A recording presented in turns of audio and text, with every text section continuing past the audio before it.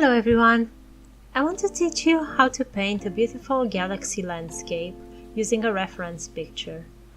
So I taped my paper to a cardboard and I looked on Google for a reference pic, and now I'm gonna start sketching it with a pencil.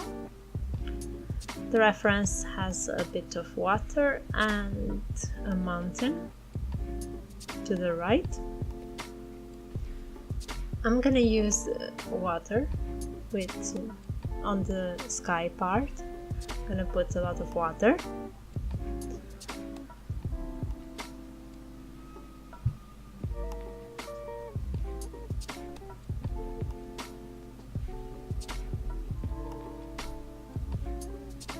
And now with my ink, I'm putting some drops. You can see it makes very nice effects on the paper. And I'm gonna use watercolor also. Looking at the reference picture. It doesn't have to be the same. It's a very fun technique, and two paintings will never look the same because it's so free and loosely. You just put color and take away. If you don't want some color, you can use a napkin and take some of the color away. So I'm putting purple and I'm putting a little bit of blue too.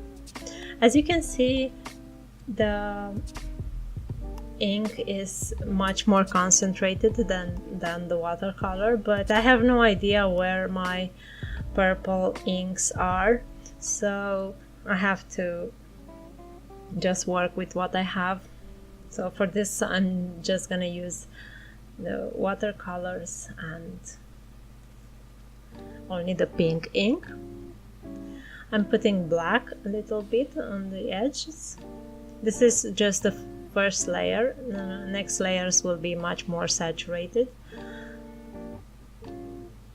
I'm working fast while it's still wet. Now I'm adding the water part. It has a purple tint because it's a night sky and the sky is reflecting in the water and makes it look purple. It's a very surreal scene. Like, I don't think it exists like this in real life, but exaggerations are fun and they look much better. Okay. I'm also gonna pick up some color with a napkin because it's way too much. Picking some of it up and removing the napkin parts that are on the painting. And I'm adding even more color because it's not very pigmented as like that pink that I used.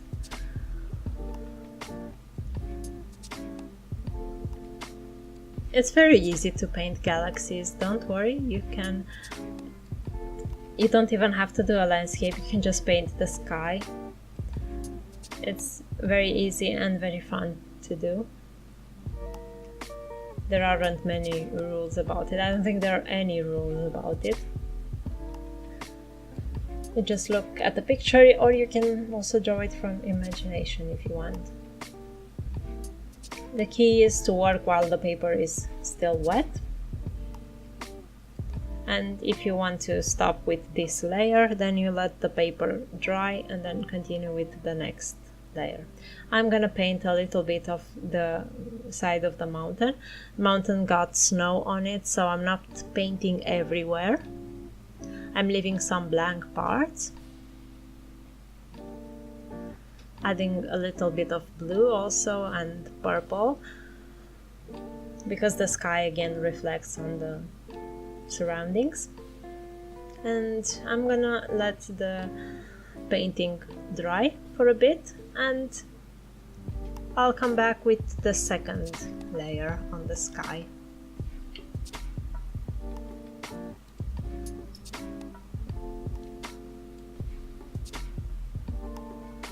Okay, now that the painting is dried, I can start adding even more colors. I'm adding more blues.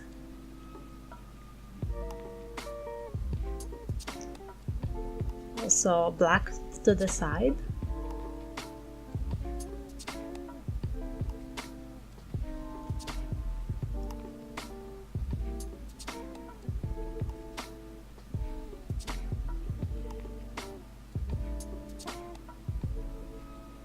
And more reflection on the mountains, and also in the water I'm adding darker colors to make the contrast and make the picture pop even more.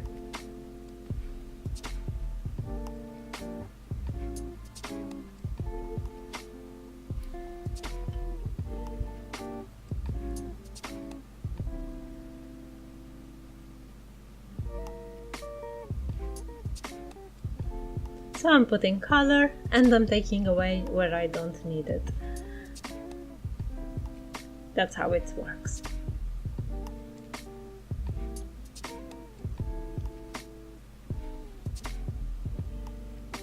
Adding a bit of details with the white ink, like snow on the mountain, and some waves reflection in the water.